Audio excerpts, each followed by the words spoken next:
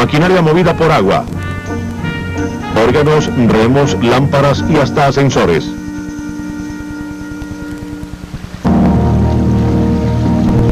Pero de todas las maravillas que Roma le dio al mundo, para el hombre común, quizá la más importante fue el agua fresca y limpia. Los espectaculares y maravillosamente diseñados acueductos romanos llevaban un flujo constante y abundante de agua desde las montañas hasta la ciudad. Sofisticados ingenieros construyeron una estructura simple e ingeniosa, con una suave inclinación que le permitía a la gravedad hacer todo el trabajo. Así millones de galones se desplazaban miles de kilómetros hasta el lugar donde serían aprovechados, y todo esto sin necesidad de utilizar gasolina, bombas eléctricas o esfuerzo humano. Algunas ciudades tenían 2 o 3 veces más agua por persona que las ciudades modernas. El acueducto fue un logro de ingeniería tan impresionante que los romanos imaginaron que nos maravillaríamos de esta obra mucho tiempo después de que sus constructores hubieran desaparecido. ¿Podría alguien comparar estas inútiles pirámides con estos maravillosos acueductos? ¿Estas estructuras indispensables? Anónimo. Los baños públicos, las fuentes y hasta las casas de los potentados eran surtidos con agua fresca. Las alcantarillas llevaban los desechos hasta los ríos y mares, suministrando un nivel de sanidad no igualado durante los siguientes 2000 años, y desconocido aún hoy en algunas partes del mundo. En general, las provincias progresaban bajo el dominio romano. Pero si muchos disfrutaban de la prosperidad del imperio, ¿qué ocurría con los que trabajaban duramente para suministrarla? Había un dicho muy conocido en Roma: todo esclavo es un enemigo en potencia. Ciertamente, los amos temían a sus esclavos, algunos con razón. En el siglo I a.C., el número de esclavos había aumentado súbitamente. Ahora 1 de cada 3 habitantes del Imperio Romano era un esclavo. Alrededor de 16 millones de personas. Los esclavos aún trabajaban en los campos, pero algunos laboraban en los molinos, en las minas de oro y plata y otros oficios pesados.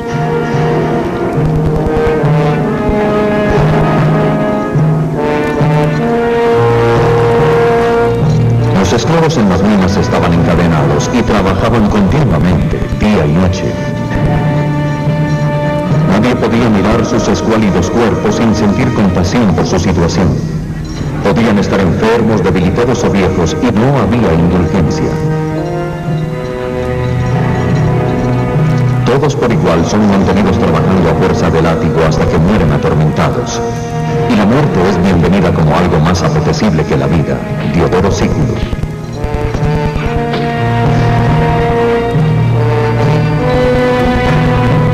En las ciudades los esclavos vivían mejor. Algunos eran comerciantes o doctores educados, y otros tenían posiciones de poder e influencia. Pero la gran mayoría de esclavos eran trabajadores, alimentados y tratados como animales de carga. Hay algunos que dicen, bueno, no era tan malo ser esclavo. Miren lo bien tratados que son esos esclavos. Cicerón trata a ciertos esclavos como amigos. Las niñeras eran en ocasiones tenidas en alta estima por los niños que cuidaban, y así sucesivamente. Pero esa es una forma perniciosa de ver la esclavitud y excusarla.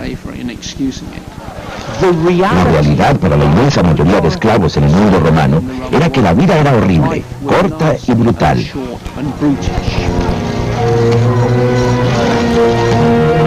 Aunque algunos escapaban y otros lograban comprar su libertad, la mayoría de los esclavos no tenían esperanza de libertad alguna. Para ellos no había ninguna otra opción que la rebelión organizada.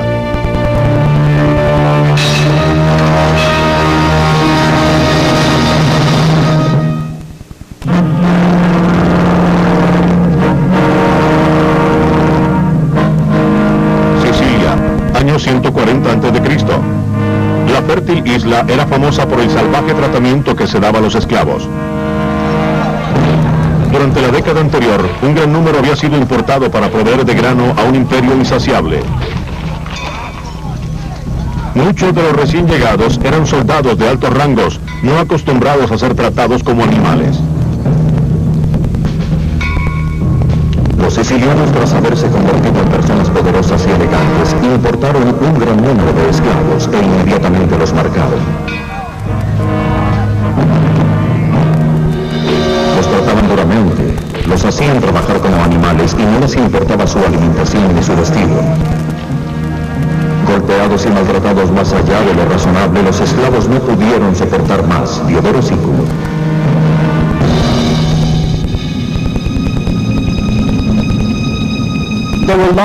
Había grandes concentraciones de esclavos en estas granjas, y casi siempre de la misma nacionalidad. Uno de los consejos que fueron dados más tarde a los dueños de esclavos era el de asegurarse de mezclar las nacionalidades, para que no existiera ningún sentido de unidad.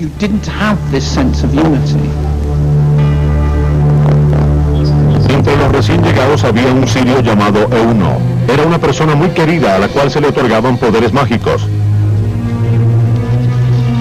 Un día algunos esclavos vinieron a pedirle consejo. ¿Estaba mal asesinar a un amo cuya crueldad y tortura estaban más allá de lo que ellos podían soportar? Euno consideró la pregunta cuidadosamente. Su respuesta fue la acción. Reunió y armó a más de 400 esclavos.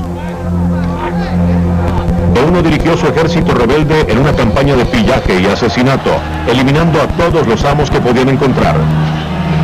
Los esclavos proclamaban a Euno como su rey y la revuelta se prendió. Armados con hachas, cuchillos de carnicería, rastrillos, garrotes y lo que pudieron encontrar, incluyendo utensilios de cocina, el ejército de esclavos explotó en una fuerza de 70.000 hombres. A medida que corrían los rumores, los levantamientos se produjeron por todo el imperio, inclusive en Roma. Las revueltas pequeñas fueron apagadas rápidamente, pero en Sicilia, las tropas de Euno eran más numerosas que los soldados romanos contra los que luchaban. Durante 7 años sangrientos, la guerra continuaría. Cuando Roma finalmente envió suficientes tropas para sofocar la rebelión, las legiones habían masacrado 20.000 esclavos. Algunos fueron crucificados, colgados de cadenas o arrojados de las murallas de la ciudad. Euno luchó hasta el final, pero las legiones romanas capturaron al amado rey. Su horrible destino fue morir en prisión, su cuerpo devorado lentamente por las pulgas.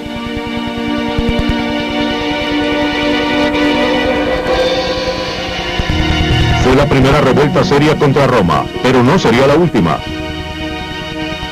La brecha entre poderosos y pobres se había convertido en un enorme abismo.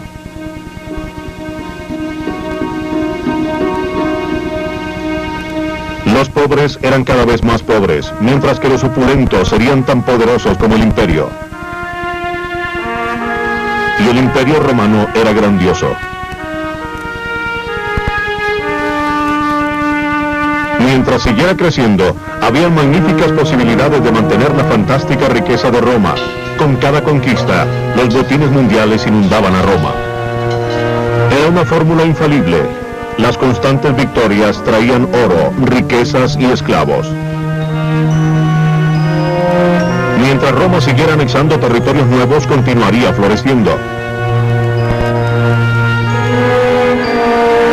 En el siglo I después de Cristo, la población del imperio llegaba a los 50 millones de personas y seguía creciendo.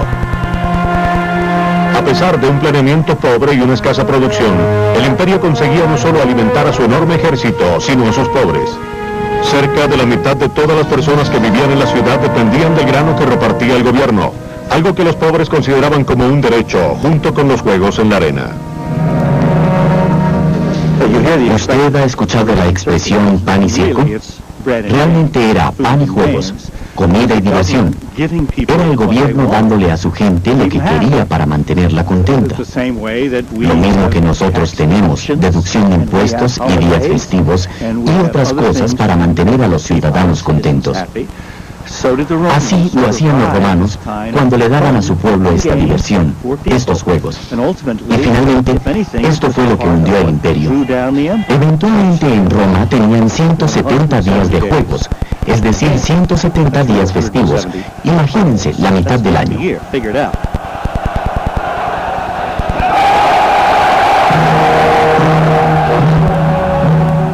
comienzos del año 31 a.C., la famosa Pax Romana fue un período de espléndida prosperidad para el gran imperio. 2 siglos gloriosos de paz y orden bendijeron a Roma y sus colonias. Y aún así el imperio continuaba creciendo. Para el siglo II había anexado Mesopotamia, Siria y Arabia. El imperio ahora medía 4.500 kilómetros de un extremo al otro. Las riquezas continuaban llegando. La población creció. La gente tenía vidas más largas y la tierra, sin embargo, seguía dando sus generosos frutos. Parecía como si Roma pudiera seguir así para siempre.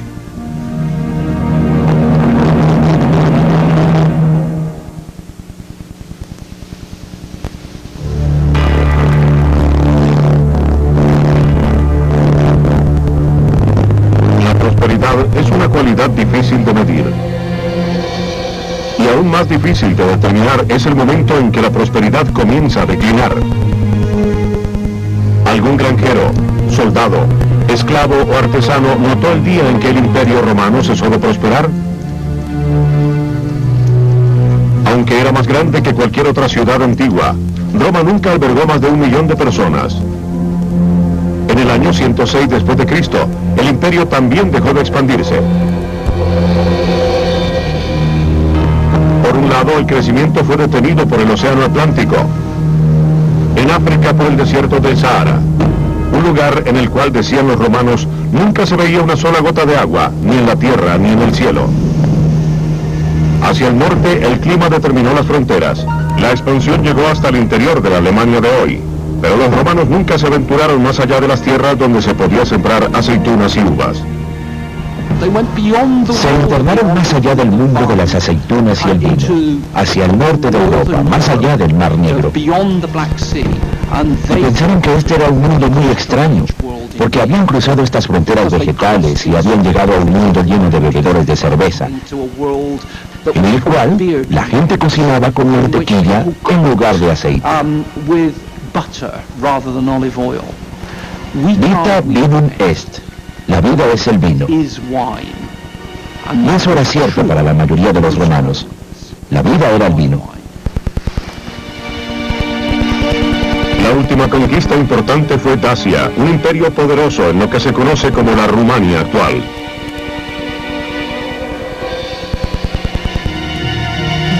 La grandiosa victoria del emperador Trajano en el año 106 después de Cristo trajo espectaculares riquezas a Roma, miles de esclavos, 182 toneladas de oro, 165 toneladas de plata, tesoros suficientes para transformar la ciudad de Roma. Se construyeron enormes monumentos, incluyendo la espectacular columna de Trajano, que describía cada fase de la guerra en Dacia.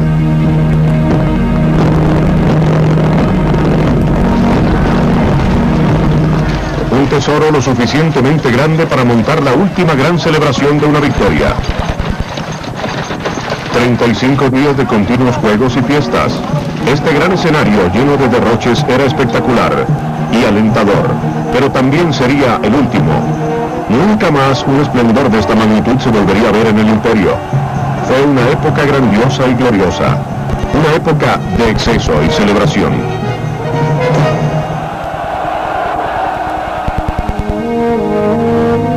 Pero alguien notaría algunos pequeños e insignificantes cambios. Los precios subían constantemente, especialmente 2 artículos de primera necesidad, el grano y el ejército. El gobierno trató desesperadamente de mantener su ejército inyectando más dinero. Las reservas de oro bajaron, los precios subían diariamente, no se podía estar seguro del valor real del dinero que uno llevaba en el bolsillo. Mientras tanto, en el siglo II después de Cristo, la cantidad de plata y de monedas de plata comenzó a decaer. Las monedas que alguna vez habían sido de pura plata, ahora solo contenían 40% del precioso metal. De hecho, las minas ya no tenían plata, y eso no era la única riqueza que se estaba acabando. África y el este habían sido limpiadas de sus animales salvajes para abastecer los juegos, hasta el punto que algunos ya no se podían encontrar. Al menos una especie, el elefante de Marruecos, se había extinguido para siempre. Habían otras pequeñas y casi imperceptibles señales de cambio en los vientos de prosperidad. Los antiguos escritores hablaban de corrupción y codicia como consecuencia de la inmensurable riqueza de Roma. La suerte trajo un exceso de riquezas y la moral declinó ante la prosperidad. Los saqueos durante la guerra fomentaron la extravagancia. Los cargos públicos se obtenían por medio del soborno. La confianza había desaparecido y la guerra era una fuente de ganancia para muchos. Lucano. Los romanos comenzaron a ver la extrema riqueza y la lujuria como un vicio, pero al mismo tiempo, el odio universal por los cobradores de impuestos convirtió la evasión de estos en algo parecido a un deporte.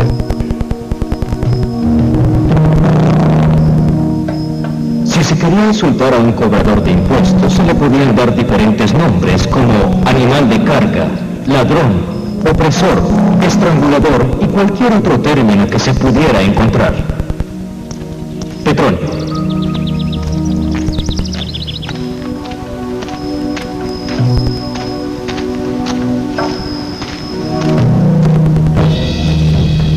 Aún así, el odio por los cobradores no impidió que los impuestos siguieran aumentando.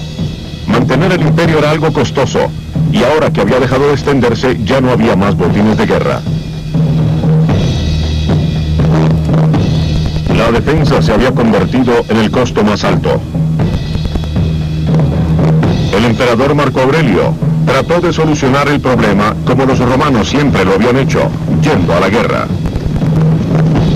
En el año 162 después de Cristo, invadió el imperio de Partia en el este. Fue el final de la Pax Romana y el comienzo de una guerra que se demoró, y las legiones fuera de práctica estaban destinadas a perder.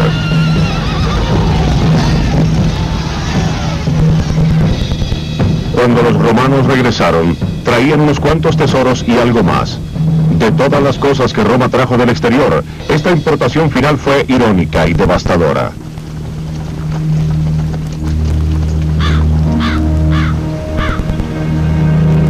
Somos soldados de la Legión 15.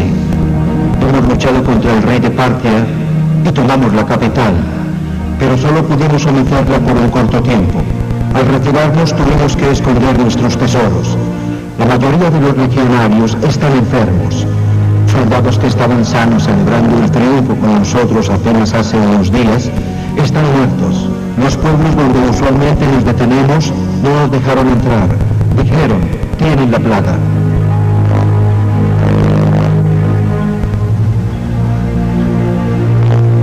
Hasta el día de hoy nadie sabe exactamente qué temible enfermedad trajeron los soldados a casa. Probablemente no fue la peste bubónica que devastaría Europa siglos después, pero algo igual de horrible. Miles de personas murieron en Roma y en otras ciudades al interior del imperio. La pestilencia devastó Italia y muchos estados. Campos y pueblos quedaron desiertos. Sin granjeros o habitantes, se convirtieron en ruinas y bosques. La enfermedad se propagó como el fuego, ayudada por aquellos que transitaban por los magníficos caminos del imperio. Se cree que más de un cuarto de la población murió. Desde las fronteras con Persia hasta el Rin y Galia, la plaga lo contagiaba todo con la enfermedad y la muerte. Amiano.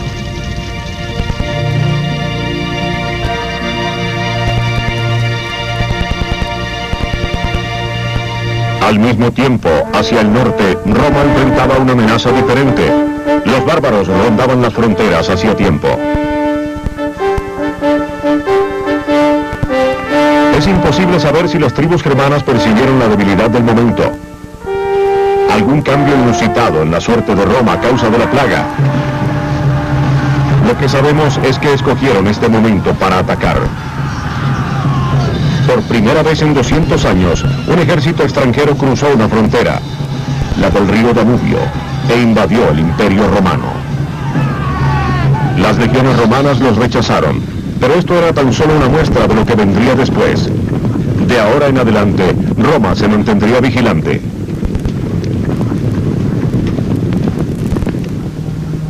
¿Realmente alguien notaría que la rosa había dejado de florecer?